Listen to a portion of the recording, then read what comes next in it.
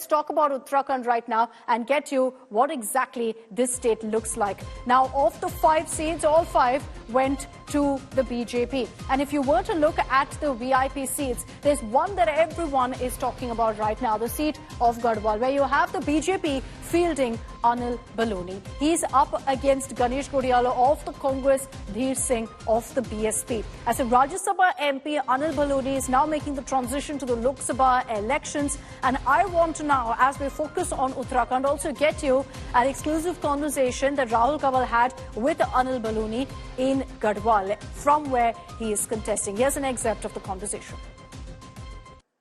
बहुत टाइम से आप वेट कर रहे थे कि एक इलेक्शन लड़ने का मौका मिले। अब तक बहुत सारे इलेक्शन बीते सालों में आपने लड़वाए हैं दूसरे को। लड़ने में और लड़वाने में क्या फर्क नजर आ रहा है? नहीं, लड़ने में क्या है कि आपको मैदान में उतरना पड़ता है, लड़वाने में आप लोगों के साथ बैठ के गप करनी पड़ती है ना, पार्टी ऑफिस में बैठ के, स्टूडियोज में बैठ के करना पड़ता है। तो ये थोड़ा फर्क है, इसमें लेग वर्क ज्यादा होता है, इसमें आपको ज्यादा मेहनत करनी पड़ती है। आपने पिछली दफा चुनाव लड़ा था 2002 में, और आपका जो कैंडिडेचर था वो एक तरीके से रिजेक्ट हो गया था। तो आप इसको एक तरीके से जिंक्स मानते हैं कि मतलब एक जिंक्स है जिसको इसलिए मंदिर आए हैं सुबह सुबह जिंक्स को पीछे करना है? मैं हर चीज को मतलब हम लोगों ने मोदी जी के साथ विशेष तौर पे ये चीज सीखी है कि हर चीज को पूरे मन के साथ करना है। और जब मेरा नॉमिनेशन रिजेक्ट हो गया, आमतौर पर ऐसा बहुत कम उम्र का था, बहुत यंग था, तो आमतौर पर क्या होता है कि लोग सोचते हैं कि चलिए हो गया खत्म। मैं हाईकोर्ट गया, हाईकोर्ट में फिर मैं हारा, फिर मैं सुप्रीम कोर्ट गया, चीफ जस्टिस ऑफ इंडिया की कोर्ट में गया, और चीफ जस्टिस ऑफ इंडिया ने देखा कि अरे ये तो बहुत ही गलत है। उन्होंने कहा तुरंत इलेक्शन सेटिसाइड करो, अनिल बलूनी को फिर इलेक्शन। तो नॉमिनेशन तो यूजुअली रिजेक्ट होता नहीं, क्या किया आपने ऐसा कि आपका नॉमिनेशन ही रिजेक्ट हो गया? मेरी भाग्य में संघर्ष लिखा है। हाँ। और मेरे को कोई आराम से कुछ चीज नहीं होती है, तो इसके बाद शायद ये प्रारब्ध में होगा। नहीं, पर ऐसा भी तो नहीं कि जो स्थानीय यहाँ पे बीजेपी के उत्तराखंड के लीडर्स हैं उनको लगता ही है आ गया ऊपर से दिल्ली से हाईकमांड का लड़का, ये हमें बताएगा, तो ये बड़ा रहता है कि बलूनी दिल्ली की आंखें और कान है और यहाँ के लीडर्स आपसे बड़े सचेत रहते हैं। नहीं, मेरे ख्याल से ऐसा नहीं, मुझे बहुत लोग प्यार करते हैं। मैं बहुत ज्यादा किसी को परेशान करने वाला आदमी नहीं, मुझे आमतौर पर सारे कार्यकर्ता और सारे नेता भी बहुत प्यार करते हैं। जितने भी उत्तराखंड में तो इतने सारे सीएम आते रहते हैं जाते रहते हैं बीजेपी के, जितने भी आते हैं आपसे सब सचेत रहते हैं एकदम।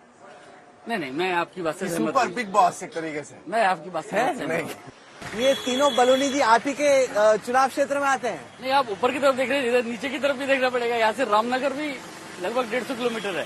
ये बहुत बड़ी और बहुत अनमैनेजेबल सी कंस्टिट्यूंसी नहीं हो जाएगी? इतनी बड़ी 14 असेंबली सेगमेंट्स हैं इसमें। अनमैनेजेबल नहीं कह सकते, लेकिन भौगोलिक दृष्टि से बहुत फैलाव है इसका, और 14 विधानसभा के क्षेत्र इसमें है, और ये भी पहाड़ी इलाके, 328 राजस्थान के नहीं, 328 उत्तराखंड के, और 5 जिले हैं इसमें। टिहरी जिले की 2 विधानसभा पड़ती है, नैनीताल जिले की 1 विधानसभा पड़ती है, पौड़ी है, उसका रुद्रप्रयाग है, उसका चमोली। क्योंकि मैं तो यही सोच रहा हूँ कि सांसद को कहीं पे अगर किसी की डेथ होती है या शादी होती है, सब जगह जाना पड़ता है, इतना दूर दूर जाना पड़ जाए, तो आपके तो अगर जीत गए तो धुएं ही छूटने वाले हैं। नहीं, देखिए क्या अपने लोगों के बीच में जाना अच्छा लगता है, और उस वक्त जब आप अपने लोगों के बीच में उनके दुख दर्द में, उनके खुशी में शामिल होते हैं, तो आपको शक्ति मिल जाती है।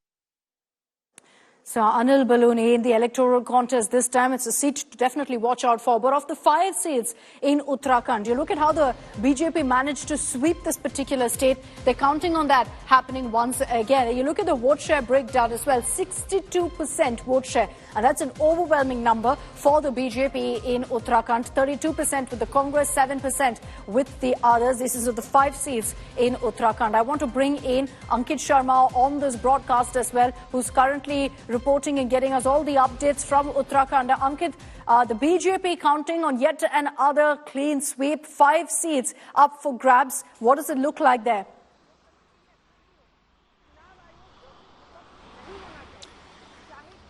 Well, Akshita, as the sun sets on the eve of first phase polling day and India gears up for the world's biggest democratic event, Uttarakhand is also setting up for the polling, and the people are going to converge at the polling stations to cast their votes. More than 8.3 million voters are expected to cast their votes tomorrow, and for all these 5 seats, BJP is confident that they will make a hat-trick.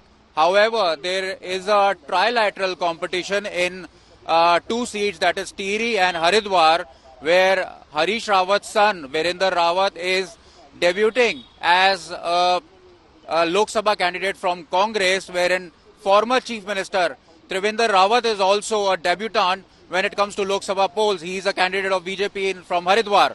Wherein going to Pauri, there is a close competition between Ganesh Godial and Anil Baluni. Now, Anil Baluni is a very big leader when it comes to central politics, and he also hails from Pauri, and people believe that he is a down-to-earth person and he will bring some changes in Pauri, wherein Ganesh Godial has been a grassroots level worker and people have been supporting him because of lack of resources. He is still fighting and making it to the victory. But in Tiri, we'll see what happens. We'll see what happens in Uttarakhand. My apologies for cutting you short, Ankit.